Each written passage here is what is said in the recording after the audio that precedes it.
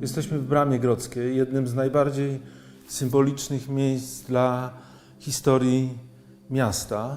Przede wszystkim dlatego, że Brama Grodzka jest samym centrum pustej przestrzeni, w której do II wojny światowej znajdowało się miasto żydowskie.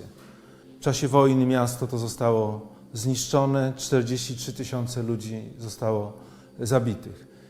I ta opowieść, którą tworzymy w Bramie Grodzkiej, w dużej mierze odnosi się właśnie do tej dramatycznej historii. Tu trzeba też powiedzieć, że Brama Grodzka ma też taki symboliczny wymiar odnoszący się do tego, że obok siebie przez kilkaset lat żyły te dwie społeczności. Dlatego bardzo mocno w naszym programie akcentujemy tą Bramę Grodzką jako miejsce spotkania Polaków i Żydów. Brama Grodzka jako miejsce spotkania. To bardzo mocno to chciałbym podkreślić. Natomiast ta opowieść, która rozgrywa się tutaj w Bramie Grodzkiej, jest opowieścią, którą rozpoczynamy od tego miejsca, w którym w tej chwili znajdujemy się, dużego pokoju, czy też sali. W czasie II wojny światowej było tutaj mieszkanie i w tym mieszkaniu została ocalona dziewczynka pochodzenia żydowskiego, jak sama o sobie mówiła, NN. I dlatego to też ma taki bardzo ważny wymiar i emocjonalny, dramatyczny dla tej opowieści, że zaczyna się od takiej bardzo konkretnej historii. Przez lata naszej aktywności w tym miejscu ludzie przynieśli nam tysiące zdjęć, dali nam setki godzin swoich wspomnień, dostaliśmy setki różnego rodzaju dokumentów, artefaktów i to wszystko składa się na opowieść o tym nieistniejącym już mieście żydowskim.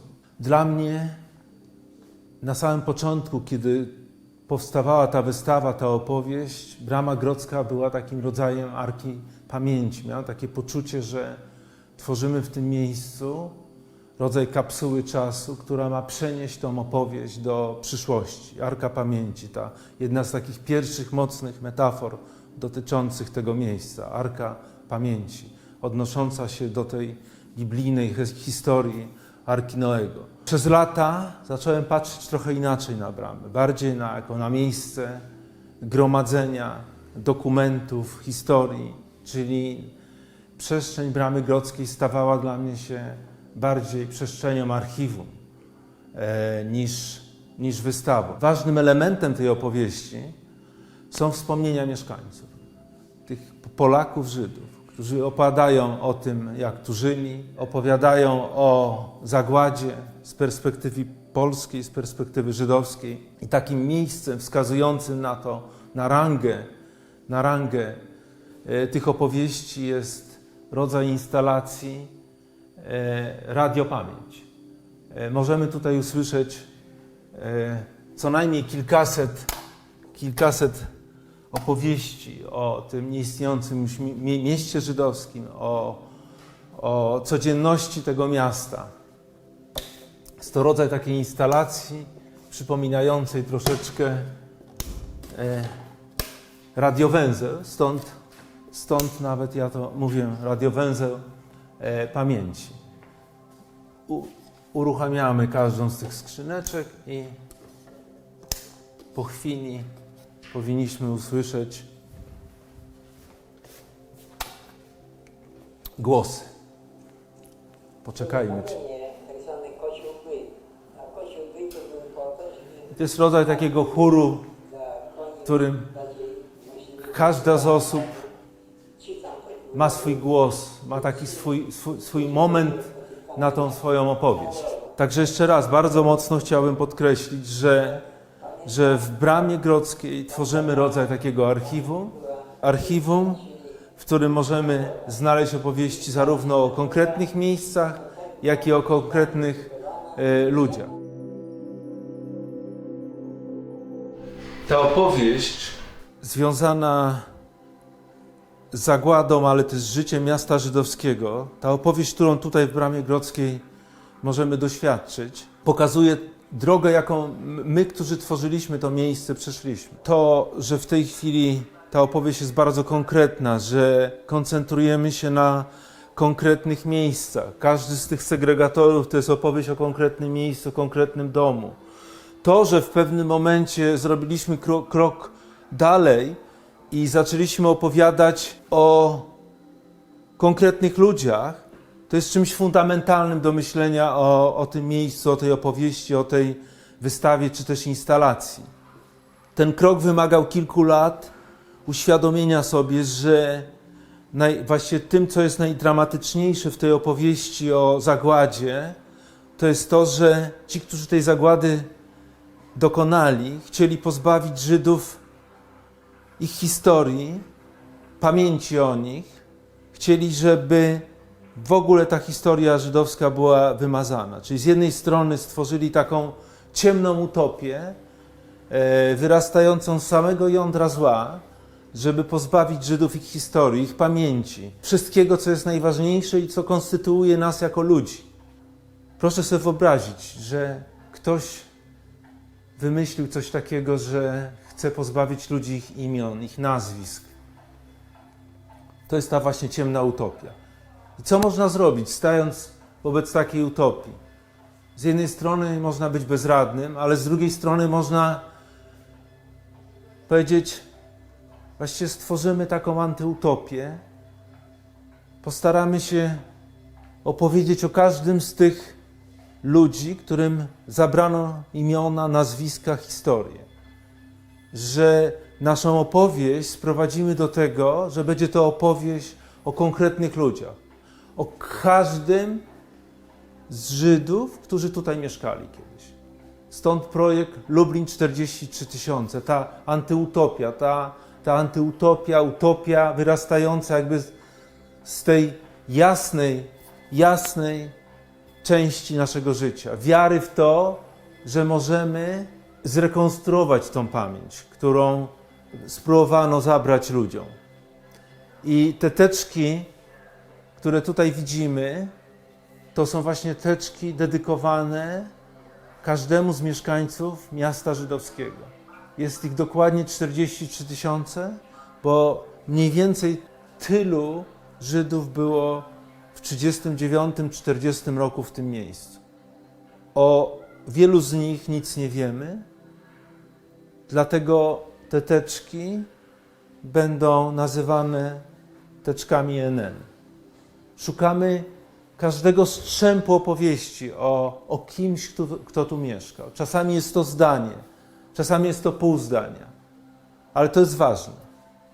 To jest ten ślad czyjegoś istnienia, czyjegoś bycia tu w tym miejscu.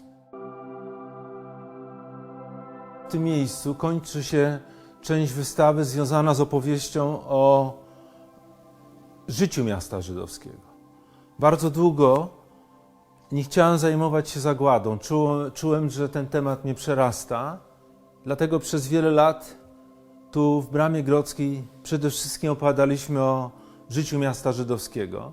Ta wystawa kończyła się makietą tego miasta. Ta makieta była bardzo ważna, bo uzmysławiała, jak ta przestrzeń związana z miastem żydowskim uległa zmianie. Teraz w dużej mierze wokół zamku widzimy puste przestrzenie. Przed wojną tam były ulice, domy, synagogi. Tętniło życiem miasto. Można było usłyszeć język jidysz, można było zobaczyć synagogi. Także to wszystko budowało rodzaj takiej egzotyki związanej z miastem żydowskim. Ale powoli zaczynałem rozumieć, że bez dotknięcia tego, co się stało w czasie II wojny światowej, ta opowieść o mieście żydowskim będzie niepełna. Takim momentem dla mnie kluczowym, bardzo emocjonalnym, było spotkanie z historią Henia Żytomirskiego, żydowskiego chłopczyka, który urodził się w Lublinie w 1932 roku. I tak się składa, że ojciec robił mu zdjęcie co roku. I rodzina Henia zbudowała taki album, w którym są zdjęcia Henia ułożone właśnie w ten sposób, że widzimy, jak Henio dorasta. I ostatnie zdjęcie to jest zdjęcie z 1939 roku, kiedy Henio stoi na stopniach schodów przy jednym z domów w krakowskim przedmieściu. I to było bardzo takie poruszające, ponieważ to jest ostatnie zdjęcie i następnych zdjęć już nie ma, bo Henio zginął w 1942 roku, prawdopodobnie na Majdanku. Dostałem właściwie taką gotową historię żydowskiego chłopczyka i pomyślałem sobie, że to właśnie od tej historii zaczniemy tu w przestrzeni Bramy Grodzkiej opowiadać tą historię związaną z zagładą miasta żydowskiego.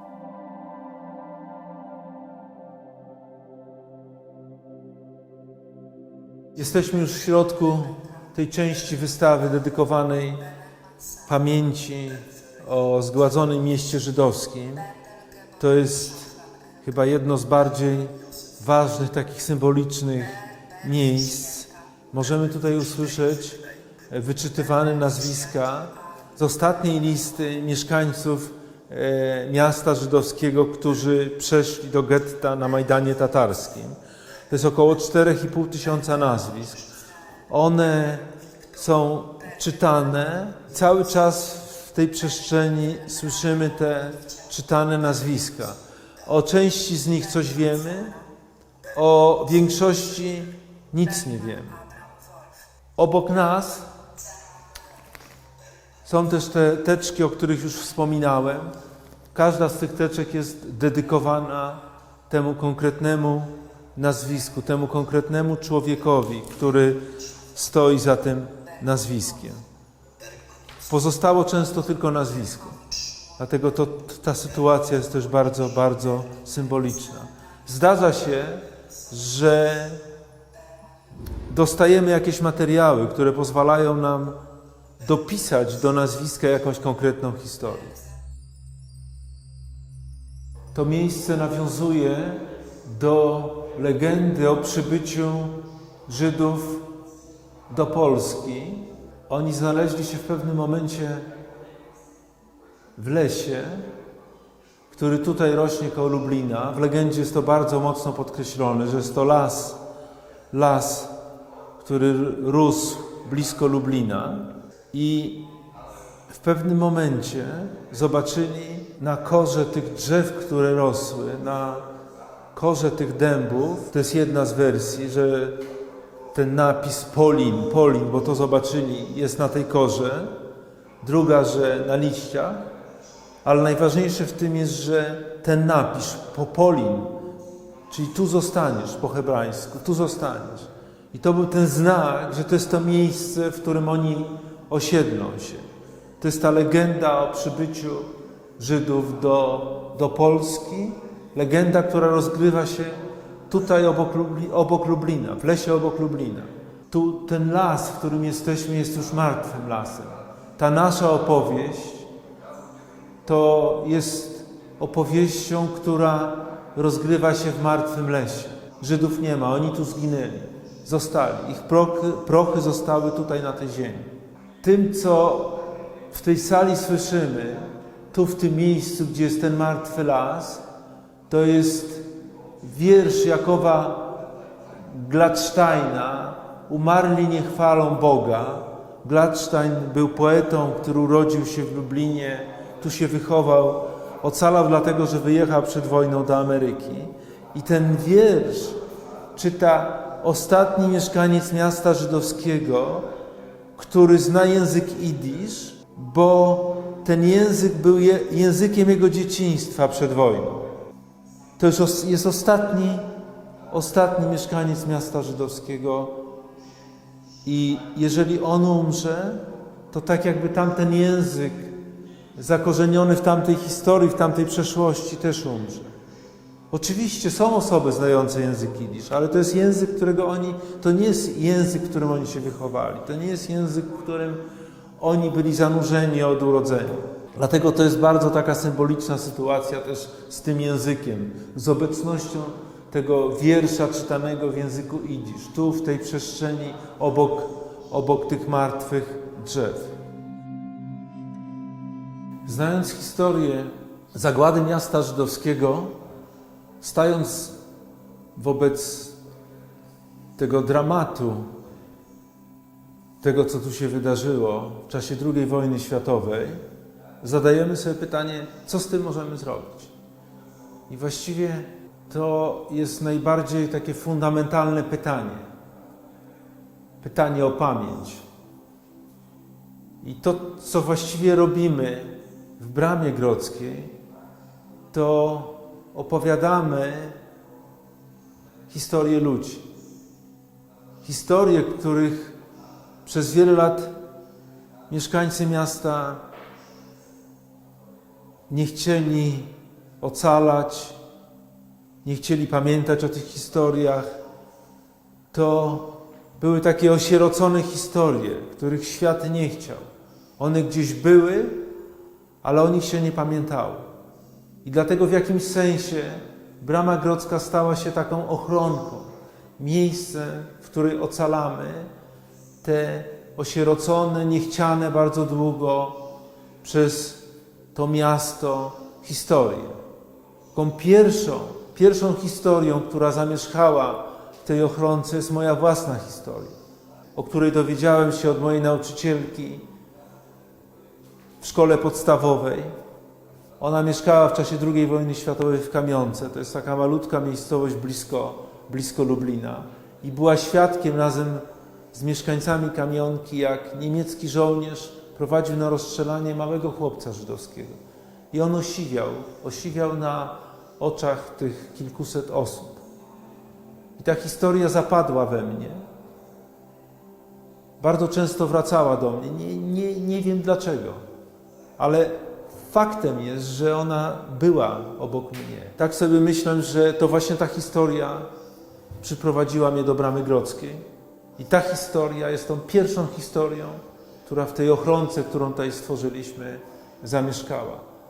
Dla mnie osobiście jest to bardzo ważne, bo dzięki temu ten chłopczyk z Kamionki, którego nazwiska nie znam, tu mógł dostać jakby drugie życie. Ta historia nie zginęła. Obok tej historii są jeszcze inne historie. W dużej mierze to są historie, które w jakiś sposób wplotły się też w moje życie. Dlatego to miejsce nazywam ochronką. To jest najbardziej takie osobiste miejsce w Bramie Grodzkiej dla mnie. Z tej ciemnej, klaustrofobicznej przestrzeni, która w jakimś sensie ma nas przytłoczyć, zgnieść, zbudować rodzaj dyskomfortu psychicznego, wchodzimy w zupełnie inną przestrzeń. Przestrzeń, która daje trochę nadziei. Trochę. To jest opowieść o tym, że w czasie zagłady byli Polacy, którzy ratowali Żydów. Że była garstka Polaków, która miała w sobie odwagę ratowania innego człowieka, mimo tego, że bardzo często groziła za to śmierć. I ta przestrzeń jest zbudowana zupełnie inaczej. Jest otwarta, jest biała, ma dać nam trochę oddechu. I nazywamy to miejsce Sprawiedliwi wśród narodów świata, światła w ciemności. Podkreślam, światła w ciemności, czyli gdzieniegdzie światła. Gdzieniegdzie. Ciemność i w tej ciemności gdzieniegdzie światła. Światła, czyli te historie ratowania tych konkretnych Żydów przez konkretnych ludzi.